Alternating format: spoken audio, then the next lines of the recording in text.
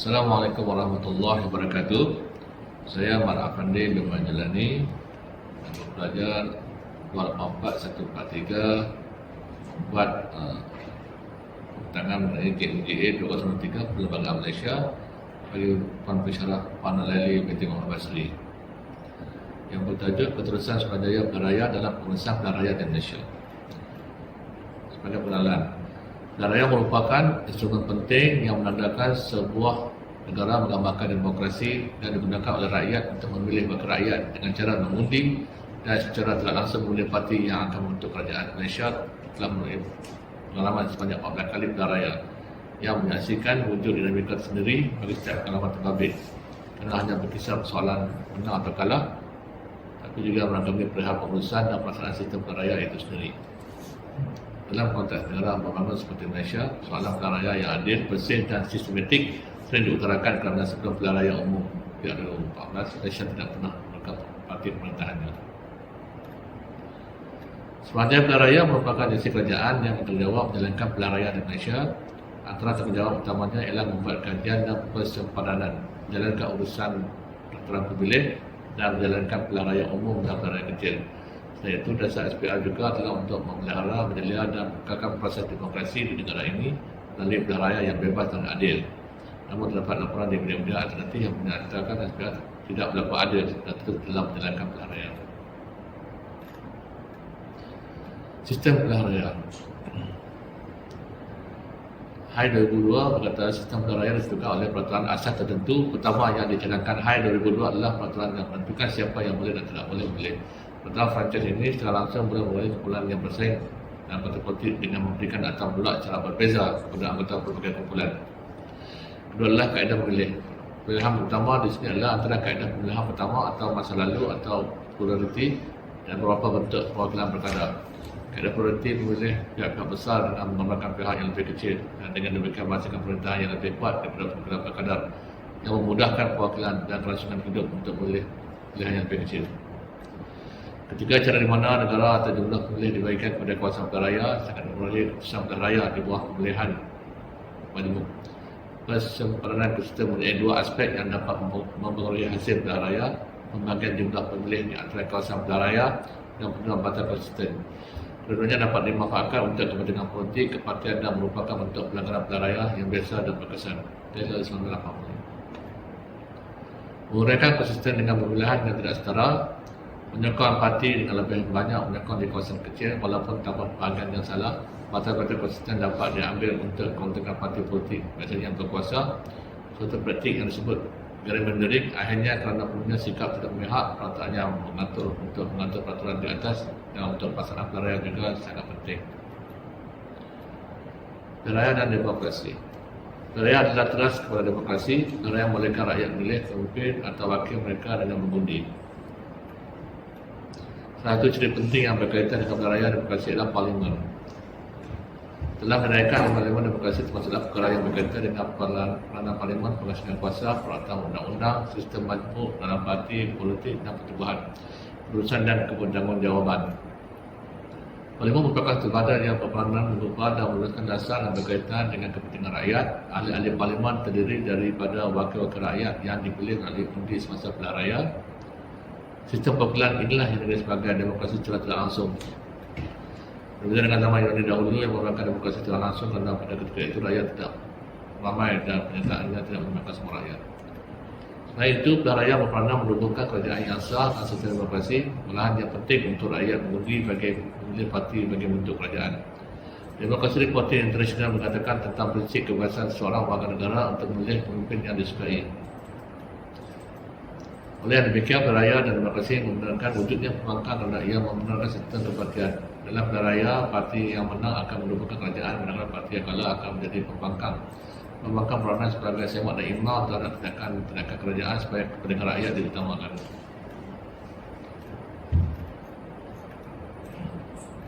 Suruhanjaya Pilihan Raya. Elemen yang penting dalam sebuah negara demokrasi seperti Malaysia ini adalah pilihan raya yang diadil. Sejak dari tahun 1995 lagi, demokrasi telah berkembang sebagai selamat bagi mendapatkan kemerdekaan negara. Struktur perlembagaan telah membuka kerangka pilihan raya umum dari tahun 1955 lagi.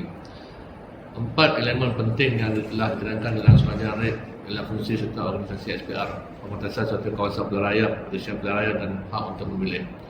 Slogan sering didengar bila setiap kali pilihan raya berlangsung di dalam 5 tahun sekali adalah mari mengundi. Tumbuhan negara ASEAN yang terdiri dari 10 negara iaitu Malaysia, Brunei, Singapura, Malaysia, Thailand, Filipina, Myanmar, Kemboja, Vietnam dan Laos tak boleh dipisahkan dengan sistem demokrasi contoh ini. Singapura dan Filipina yang pernah menikmati sesuatu yang dianggap oleh saintis politik Amerika Syarikat sama Huntington sebagai gelombang demokrasi yang ketiga. Undang-undang dan peraturan pilihan raya SPR. Bagi melancarkan proses pilihan raya, SPR menggunakan pakai beberapa undang-undang dan peraturan telah dibuat untuk memastikan prosedur pilihan raya berjalan tanpa masalah. Undang-undang dan peraturan tersebut ialah Perlembagaan Persekutuan, Perlembagaan Negeri, Akta Pilihan Raya 1928, Akta 19, Akta Kesalahan Pilihan Raya 1924, Akta 5, Peraturan Peraturan Perjalanan Pilihan Raya 1981, Peraturan Pemilihan Pemilih Pilihan Raya 2002, Peraturan Pengundian Pos Pilihan Raya 2003, Menurut Sanjaya Pilihan Raya 2022, semua undang-undang dan peraturan yang disenarai adalah berkait secara langsung dengan proses pilihan raya. Namun begitu, terdapat juga beberapa undang-undang yang walaupun tidak mempunyai kaitan secara langsung dalam proses pilihan raya, namun begitu terdapat juga beberapa undang-undang yang walaupun mempunyai kaitan secara langsung dalam proses pilihan raya, tapi memainkan peranan dalam perancangan perjalanan pilihan raya. Iaitu masalah Akta Polis 1962, Akta Hasutan 1970, Akta Rasa Rasmi 1972 dan Akta Kebenaran Negeri 1960. Elemen penting pelaksanaan pilihan raya. Terdapat 4 elemen penting dalam pilihan raya, iaitu bahagian pilihan raya, pemilihan calon dan proses pilihan raya. Bahagian pilihan raya atau kawasan pilihan raya di Malaysia adalah pembahagian pilihan raya yang diwakili di peringkat persekutuan dalam Dewan Rakyat dan peringkat negeri dalam Dewan Undangan Negeri itu. Sepanjang pilihan raya 2020 berkata, sempadan bahagian pilihan raya tidak semestinya terteluk pada sempadan bahagian pertahanan seperti daerah dan mungkin. Kursi bahagian pilihan raya persekutuan atau kursi parlimen diwakili oleh P, manakala kursi bahagian pilihan raya negeri atau kursi DUN diwakili oleh N. Sehingga tahun 2020 terdapat 222 kursi parlimen dan juga 200 kursi DUN secara keseluruhan. Kawasan parlimen dan DUN telah diwatakan setelah proses persempurnaan kawasan pilihan raya 2018. Sudah sebagai sebahagian daripada fungsi utama SPR, perlu berkati semula sebenarnya bahagian pilihan raya, parlimen dan negeri dalam Perlembagaan Persekutuan. Sepanjang pilihan raya perlu menjalankan kajian ini setiap tidak kurang daripada 8 tahun. Bagaimanapun dia boleh ditangguhkan sekiranya terdapat peristiwa besar seperti pilihan raya umum. Satu lagi elemen penting dalam sistem pilihan raya adalah seorang pemilih itu mesti berdaftar dengan SPR sebelum dia boleh mengundi dalam pilihan raya, Dewan Rakyat dan DUN. Di Malaysia, soalan itu layak untuk berdaftar sekiranya warga negara Malaysia berumur tidak kurang daripada 18 tahun pernah tidak kelayakan, pernah duduk di mana-mana bahagian pilihan raya di Malaysia dan tidak hilang kelayakan. Akhir sekali, proses PRU atau PRT bermula dengan pengeluaran duit pilihan raya oleh SPR kepada pengurus. Pada masa yang sama, notis akan diwantarkan menetapkan tarikh hari penamaan calon dan hari mengundi. Hari penamaan calon merujuk kepada hari yang telah ditetapkan oleh Suruhanjaya Pilihan Raya bagi calon membukakan kertas-kertas penamaan untuk bertanding dalam pilihan raya kepada pihak pengurus.